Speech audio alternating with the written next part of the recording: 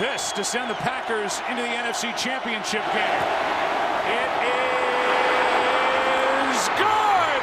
The Packers are moving on! Aaron Rodgers has done it again! Cowboys cannot stop the clock again. Anderson. Another first down. Down he goes, and this thing is over. Now going to keep it. Prescott breaks the tackle. He picks up a total of 9 more. Oh, no. Oh, no. You almost got to hope it's a cramp, don't you, if you're a Cowboy fan right there? But, that... You need someone, San Francisco, to get to the quarterback here. Prescott takes off running the football. Whoa, I don't think this is going to work out. It will. They'll be able to clock this. They were planning for it. It's down. Oh, my gosh. The official gets in the way. The game's over. Gosh. The game is over. Oh, he did.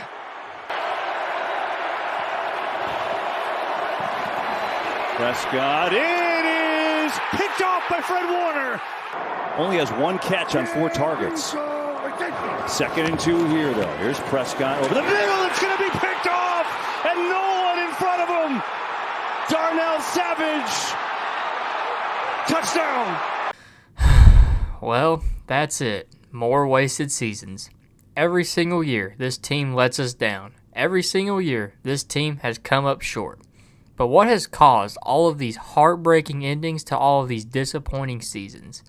Well, today, we are going to cover why the Dallas Cowboys have failed to go back to the Super Bowl under Dak Prescott.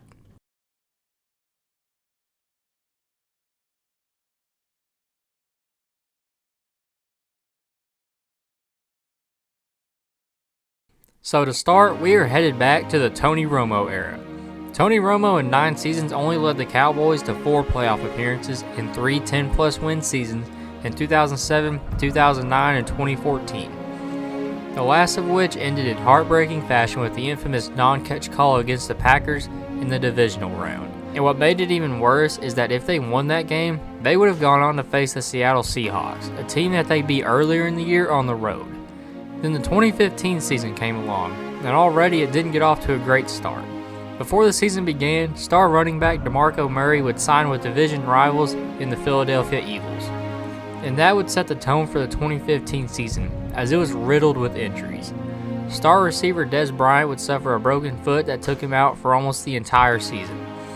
Then the biggest of all, in Week 2 against the Eagles, Tony Romo would fracture his collarbone and miss the rest of the game, forcing backup Brandon Weeden to step in. And he actually delivered a solid performance, scoring the only offensive touchdown for the Cowboys all night and winning the game to move them to 2-0. But after this game, the Cowboys went on a 7-game losing streak without Romo until his return in Week 11, where they beat the Dolphins. But by this time, they were basically out of playoff contention, and to make matters worse, the very next week, Tony Romo would suffer a broken clavicle and would be ruled out for the rest of the season. And the Cowboys would end up having a revolving door of quarterbacks with Brandon Weeden, Matt Castle, and Kellen Moore, all of which didn't put up the best stats. All of this combined for a 4-12 record, the worst Cowboys season since 1990. But on the bright side, due to their lackluster season, they had the 4th overall pick in the 2016 draft. And with that 4th overall pick, they selected Ohio State star running back Ezekiel Elliott. And let's not forget that in the 4th round at 135 overall, the Cowboys would draft Mississippi State quarterback Dak Prescott. The plan for the 2016 season was to stick with Romo and have him lead the way, but in a preseason game, Tony Romo would have the final injury of his career. Pressure coming. Picked up Romo. Tries to slide out of the pocket. Chased down from behind. Great job there by the Seahawks of making sure he had absolutely nowhere to go before Cliff Averill got him, and Romo is slow to get up. And just like that, all hope seemed lost for the 2016 season. But little did anyone know, Dak Prescott would turn in one of the best rookie QB seasons of all time. Prescott, pressure up the middle. He's going to run, and he's going to score. That linebacker, Beasley sets up in the slot to the left. Prescott looks that way. Beasley gets free. Then Beasley thinks he out to his left. end zone. Touchdown, Butler. First down and wide open is Witten, and he's having a big day. 3rd down and 7. Blitz. Pass is caught. What a throw.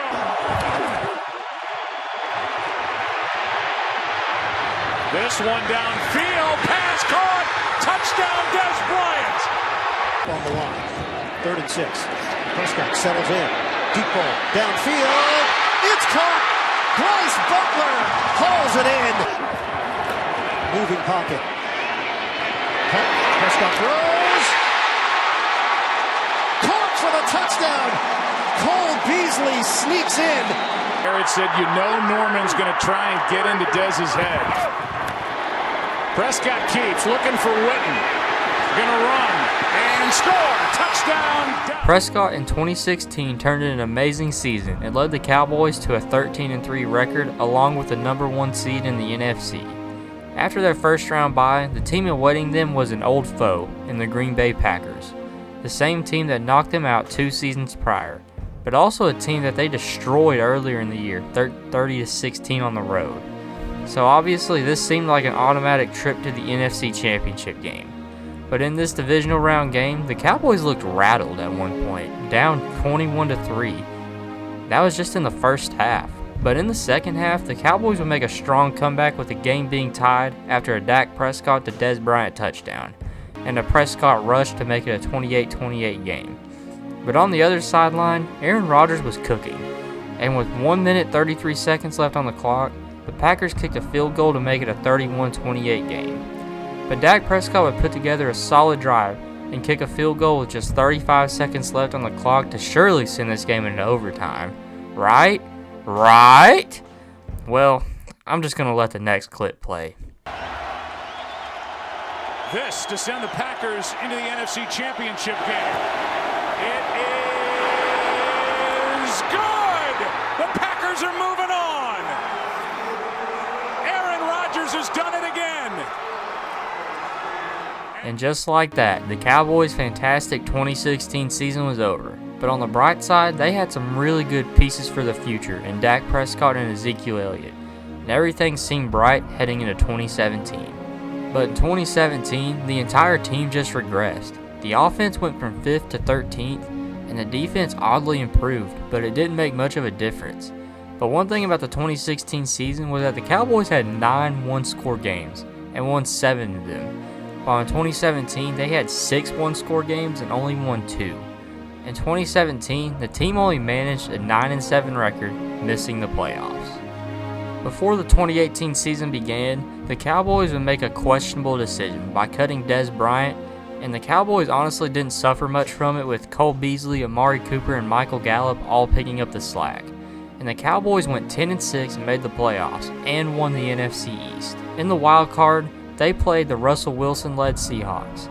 This game was a close-fought battle, but in the end, the Cowboys were victorious, moving on to the divisional round where they would meet the #2 seed LA Rams. The Cowboys fought hard in the first half, but halfway through the third quarter, the Rams had the measure of them and ended up winning the game 30-22, sending the Cowboys home. In 2019, the Cowboys regressed back to mediocrity with an 8-8 record, and some things just needed to change. At the end of the season, head coach Jason Garrett overstayed his welcome and was fired, and the new head coach was none other than Mike McCarthy, the former head coach of the Green Bay Packers, the team that had beat them twice in the last decade in the playoffs. How ironic. So now, with a new head coach and some new talent coming in by drafting CeeDee Lamb, the Cowboys might just be built to succeed in 2020. Well, in 2020, the season was basically lost. In the first 5 games, the Cowboys were 2-3, but in those games, they were a fun team. All 5 games were decided by 1 score, and none of their losses were just blowouts. They were all close games, but in Week 5 against the New York Giants, the season was officially over. 13. Now going to keep it. Prescott breaks the tackle. He picks up a total of 9 more. Oh, no. Oh, no. You almost got to hope it's a cramp, don't you, if you're a Cowboy fan right there? But that was, in fact, not a cramp, and that injury took Dak Prescott out for the rest of the season, and that left the great Andy Dalton in charge. And the season ended with a 6-10 record, missing the postseason for a second year in a row. In 2021, nobody had any expectations for the Cowboys, but in 2021, the Cowboys had the #1 overall offense and an elite defense with the arrival of Micah Parsons. And with all this, the Cowboys shocked everyone, going 12-5, winning the NFC East, and making the playoffs. And awaiting them in the wild card round were the San Francisco 49ers. Early in the game, San Fran simply had the measure of Dallas, being up 23-7. But the Cowboys tried to rally back, but on the last drive, Mike McCarthy called a QB draw instead of a pass play to the sideline, and of course, with the clock winding down, neither team could get huddled up in time, and the Cowboys endured yet another devastating playoff loss. In 2022, the team was almost the exact same despite Dak missing 5 games due to a broken thumb, but backup Cooper Rush would be there to pick up the slack. But the thing that was different about Dak this season is that he had 15 interceptions, which was a career high, and he led the league. But despite this, the Cowboys went 12-5 for a second straight year and were the 5 seed in the NFC playoffs. And their first opponent would be the Tampa Bay Buccaneers and Tom Brady, who was 7-0 against the Cowboys in his career. But in this game, the Cowboys showed their true potential and blew out Tom Brady and the Bucs. But once again, waiting for them in the divisional round were the San Francisco 49ers, the team that had ended their season just the year prior. And remember that thing I said about Dak Prescott and him leading in the league in interceptions? Yeah, well, all those issues that were masked by the Bucs win, but all of a sudden, these issues just came back. As long as you can pass protect. 3rd long, blitz coming. Prescott fires. Oh, it's intercepted. Far side of the field.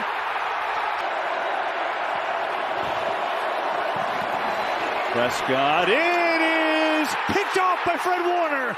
Warner's got it. Lamb chases him down, and a second interception today for the 49ers. Prescott threw 2 picks in this game, and that's ultimately what cost them. Defense did their part holding the 49ers to mostly field goals. But Dak Prescott just looked rattled, and despite having a chance to get the win on the final drive, they were unable to, and for the second year in a row, the 49ers sent the Cowboys home in the playoffs. In 2023, the Cowboys would stay largely the same despite cutting longtime running back Ezekiel Elliott and trading away tight end Dalton Schultz to the Texans. But the Cowboys also addressed some much-needed positions. They acquired a wide receiver 2 in Brandon Cooks through the Houston Texans trade, and also a cornerback, Stephon Gilmore from the Colts. And before the season, Dak Prescott declared that he will not throw more than 10 picks this season. In 2023, the Cowboys started off the season with a bang, blowing out both New York teams with a combined score of 70-10. But in Week 3, cornerback Trayvon Diggs would be injured during practice and would miss the rest of the season. And that just sucked all the morale out of the team. And their opponent, the Arizona Cardinals, beat them 28-16 after everybody expected the Cardinals to maybe scrap out 2 wins. The next week, the Cowboys would obliterate the Patriots 38-3. But in Week 5, the real test of the team would await in facing the 49ers. And they would fail. College football for ESPN. And as you know, the rest is becoming history. Dak trying to make something happen downfield, intercepted to Sean Gibson.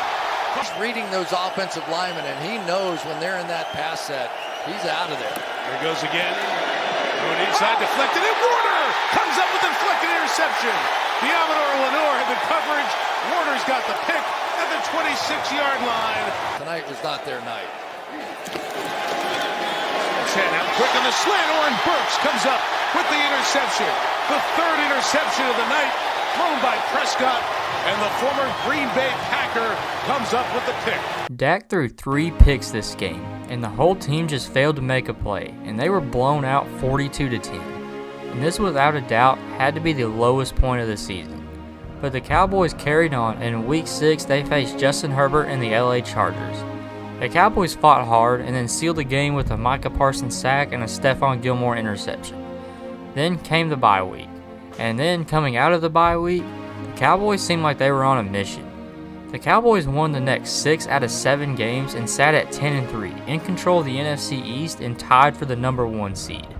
And most importantly, Dak Prescott was playing out of his mind, putting together an MVP-like season. In this stretch of games, Prescott completed 69.2% of his passes, recorded 22 passing touchdowns against only 2 picks, 2,172 yards, and a 119.6 passer rating, along with 25 carries for 100 yards and a touchdown. Just simply insane, and definitely worthy of an MVP. But the Cowboys would drop their next 2 games to the Buffalo Bills and the Miami Dolphins, putting them at 10-5 and out of contention for the number 1 seed in the playoffs. Anyway, the Cowboys would end the season with a controversial win over the Lions and another win over the Commanders, which put them at 12-5 for the 3rd straight season. Dallas finished the season with the number 1 overall offense and the number 5 overall defense, and Dak Prescott just had the best season of his career statistically. But now it was time for the playoffs, and a lot of people had the Cowboys going to the Super Bowl. Now the playoffs had begun, and awaiting them in the wild card were the 7-seeded and 9-8 Green Bay Packers. Everyone had the Cowboys moving on to the divisional round with ease, but instead, what we got were the same old Cowboys. Through the first quarter, mission accomplished. 3rd and 5, 4-man rush. Prescott fires for Cooks, and it's intercepted. Jair Alexander only has 1 catch on 4 targets. 2nd and 2 here, though. Here's Prescott over the middle. It's going to be picked off, and no one in front of him. Darnell Savage. Touchdown. Everybody back on the line of scrimmage. Last gasp for Dallas. Prescott back. Just kind of throw a Hail Mary to the end zone, and Lamb, nope, out of bounds. And that will... This loss just proved to be so devastating for everyone involved, and for all Cowboys fans, including myself. And now everyone's got to ask the question, is Dak really going to get us to the Super Bowl? And to be honest, I don't think so. I don't hate Dak, I really don't. I think Dak Prescott is genuinely great. But sometimes you just got to ask yourself, is this the guy that's going to take the Cowboys to the promised land? Especially with next season being a contract year for him. But the Packers game, I don't put all the blame on Dak. I honestly think that most of the blame has to go to the defense. The defense just couldn't make a play or get a stop all game. And when Dak tried to mount a comeback, the defense just kept giving up points. But at the same time, Dak's 2 interceptions cannot be overlooked. And at the same time, that's part of the reason why they lost. And out of all the playoff losses, this has to be the most gut-wrenching and downright shocking loss they've ever had. In my opinion, it's just another wasted season for the Cowboys. Now Dak is great, but every year when the playoffs roll around, he just isn't the same. And every year it's just the same disappointment. Well, that's going to do it for today, guys. Thanks for watching, and be sure to like and subscribe. Also, follow me on Instagram. I know this is a little different from what I usually do, but thanks for watching, and I'll see you next time for another video.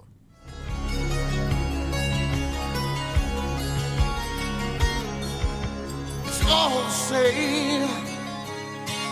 Only the seasons change every year. This team just comes up late. People always say they could win the Super Bowl. We heard the same old crap about Tony Romo. They're the Cowboys.